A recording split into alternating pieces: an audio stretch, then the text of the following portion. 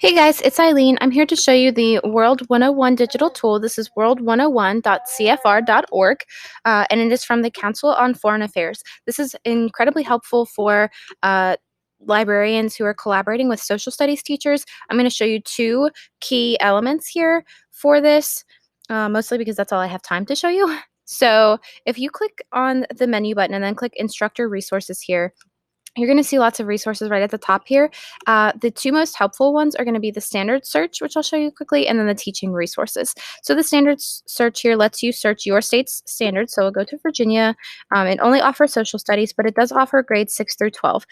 So I'll just click a random one here. I chose grade 10. I'm going to hit search, and it's going to load up grade 10 materials first. It shows you there's one correlation here for this one here, and it gives you a lesson plan. Then it's going to go through and it starts with 6th grade and just kind of continues on. And you'll see that some of them have different numbers of correlations. So for this one, it has like 52, and some of them are more recent events as well. So this is definitely a helpful tool if you need to search by standards. But the very helpful tool I find is this teaching resources here, because they have lots of different units here that you can click on. I'm going to start with Europe here. And this is where I find this to be incredibly helpful for librarians. So if I'm collaborating with a social studies teacher, I have some discussion topics I can think of or have this list of so that I can ask the students these questions and get them thinking.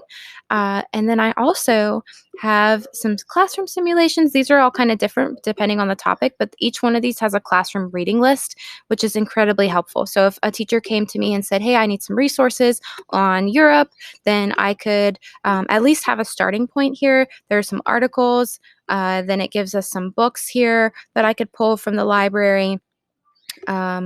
Some literature, multimedia resources. So it does give us lots of different sources to use. I'm going to show you also this same concept here, but with climate change.